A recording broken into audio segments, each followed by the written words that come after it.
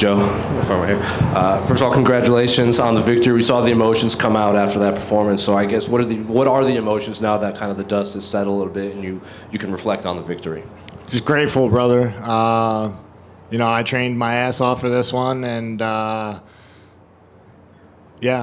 think that's. I'm gonna keep it kind of short, but that's it. I'm just very grateful, very thankful for the people that are out here with me and believe in me. So very grateful and very happy. You kind of downplayed what you said is like people were saying his durability was one of his skill sets. Like when I touch him, he can go out. So did this fight play out as you expected when you were preparing for this one? No, it didn't play out how I expected. I honestly gave him a lot more credit, and I can't say more credit than he deserved. I think he deserved it, but in my head, I was prepared for an ugly 3-round brawl. I don't know why that's what I kept thinking was going to happen, but I'm glad I did because I was definitely levels better. And I have a lot of respect for him still. I think he's a good person, and it makes it a little bit easier. You know what I mean? I do feel bad, but I'm doing my job, man. So, but yeah, no, it did not go the way I expected it to. And you were walking around, you were yelling at people, ringside, cage side, octagon side. So what were you saying to people, or were you just yelling at stuff in general? No, I wasn't yelling stuff in general. I yelled at one of them that I was sick, like a moron.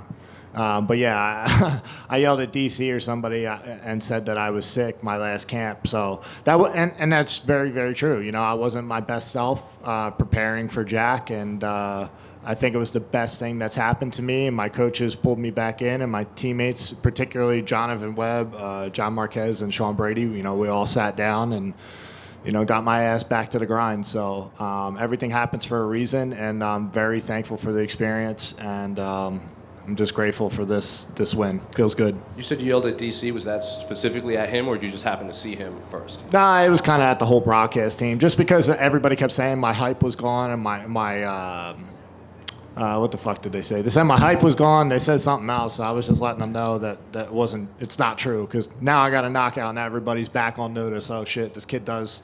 It's not a fluke. I didn't just kind of have a little streak and then I lost to Jack and I'm done. It's like, nah, bro. I was hurting for that fight, but it was a good opportunity, and I would be foolish to say no, regardless of it being a loss. It's not like I got knocked out. It's not like I got dropped. Not like I got submitted. So it's an easy loss to process, but it's also very easy to learn a lot from that fight. So yeah, I'm grateful for it. And you called out Paul Craig. Why specifically Paul Craig? I don't know. I don't like the dude. That's the only thing I can say is I don't really like the guy. Something about his fucking face, and I think it's the antics. Like, he'll get in your face and be all, theatrical, and then he gets touched and he falls down like a back princess. So I think it makes sense too. Logistically, it actually makes sense to me. He was number 14. He fought Kaio. He lost, and now I don't know where he's at, whether he's 15 or just outside the rankings. And I'm number 19, and I just got to win. So let's line it up. That's what I'm interested in. So why not? I'm doing my job. It'll be fun. Has he said anything to you specifically? Nah, he just fucking looked at me weird one time. I don't even think he remembers, but I hold grudges, so fuck him. And you did mention Cal Barriault, so I just want to ask about this middleweight division in general. You got guys like you, Bo Nickel, Cal Barriault, Shara Bullets made some waves. So what do you make of kind of this young crop of middleweights that are kind of rising up the rankings all at the same time? Yeah, we all got our niche of what we're good at. We're all tough. And we all have our area expertise, so it's good. It's exciting. I think the middleweight is probably one of the most dangerous divisions, right? In my opinion, as far as power, I don't think we're the most complete, but it's getting there. It's a deep division. Robert's really good. Izzy's obviously good. There's a ton of really good strikers in this division. So, and I'm among them, and I'm among one of the hardest hitting ones. So, yeah, I love it. Joe over here.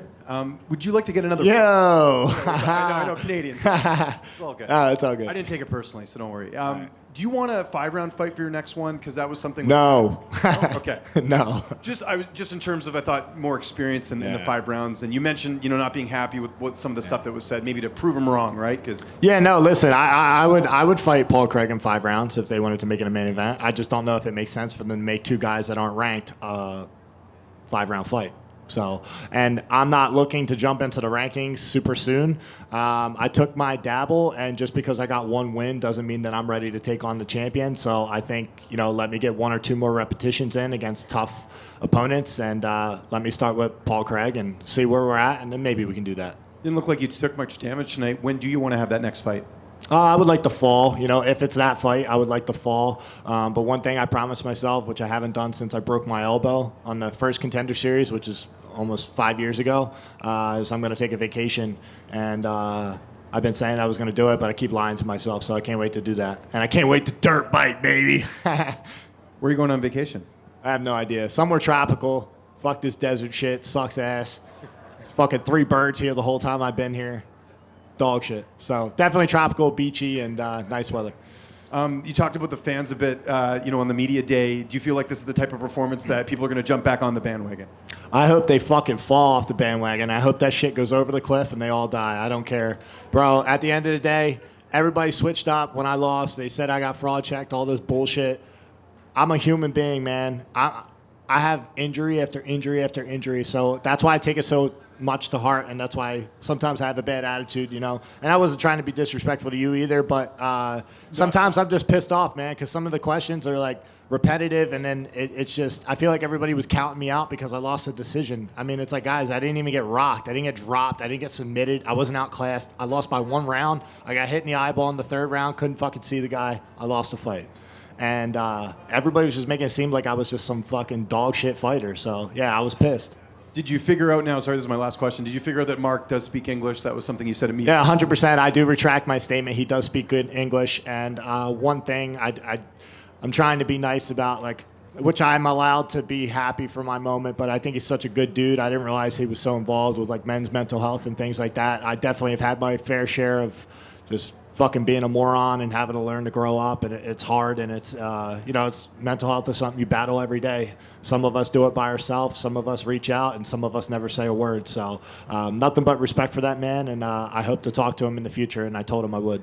Joe, next door here. I guess on that note, I know it's hard for fighters especially to talk about mental health. I feel like we're seeing it more. Any advice for your fellow colleagues who maybe think they're too tough to get the help they need to figure that stuff out? We're never too tough to get help. We're never too tough to reach out. That's just called ego. And, I've had to ask Sean many a times to listen to me rant. My coaches, John and Jonathan Webb. So, yeah, man, I mean, don't be afraid to ask for help. The only person you're hurting is yourself. And, you'll never fix the problem by avoiding it. Sometimes it hurts to face what the problem is, and it might just be you. But ask the questions and invest in having good friends and good friendships. And they aren't the people that are just around when you're doing good shit. As it pertains to those bandwagon fans who are now at the bottom of that cliff, is that something that, for you as an individual, is that something you need to pay less attention to, or is it something that you can actually source in a positive, helpful way for your training and your fighting? Yeah, man. So, I just wanted to rub it in just because, I'm petty. But I've done a good job. I keep mentioning him, but, Sean's somebody that got criticized when he lost his first fight. And I got to see how people were saying a lot of shit about him. And the guy's 16-1.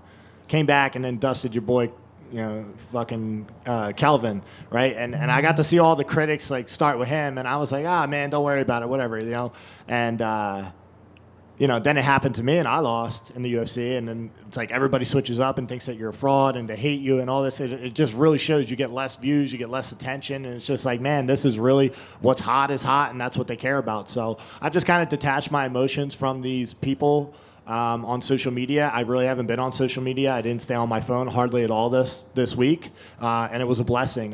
Your phone is probably your worst fucking enemy, honestly.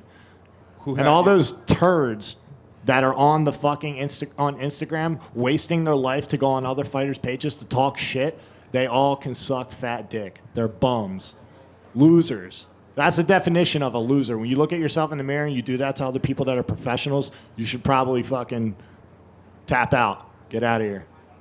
Who had you in more trouble today, Barriault or those flax seeds you accidentally ate? Flax seeds, baby. I was fucking itching. I was rashed up. I don't know what the hell happened. My chest started getting tight. I was scared as shit. Yeah. So how, like, walk me through the panic. Like, did you think that, oh, I'm not gonna be able to make the fight? So it was in the back of my mind if my chest kept getting tighter. But basically, I had a pre-made oatmeal cup and I ate it, obviously, and then fucking went and trained and tried to do my shakeout, and I just started getting like real itchy and cold and like chills, and I was like, what the fuck is wrong with me? And then I started like getting like itchy, like itching myself. And then when I went back to the my Airbnb, I like took my shirt off and I was in all hives, and I was like shivering. So I hit up Jeff Nowitzki and I was like, yo man, what the fuck can I take? Like I'm having an allergic reaction. I just need to take something so I can still fight. And they were on top of it. I talked to the UFC's doctor and we took some Benadryl, we took some Claritin, and we took something else, Pepsid AC or some shit. I don't know what it was, but cleared it up. I took a nap, still made the fight, did my job. Congrats on the win. Thank you. Hey, Joe, right over here. In I'm the back. blind. Ew. I know, way over here, right? That's all, dude. Joe, you know what? For being in the UFC a relatively short amount of time, being part of your first international fight week, their biggest card of the year, every year, I mean, what was that experience like, and how is that energy in particular for this one? It didn't affect me at all. I couldn't even tell you. If this is the biggest card of the year, I didn't notice it. Other than the ceremonial weigh-ins, like seeing how many people were actually there, that was cool. But I was off, I wasn't where all the fighters are. I got my own Airbnb. I like to do my own thing. So I really didn't notice it. But to answer your question, it didn't really matter to me. I'm just grateful that I was on this card.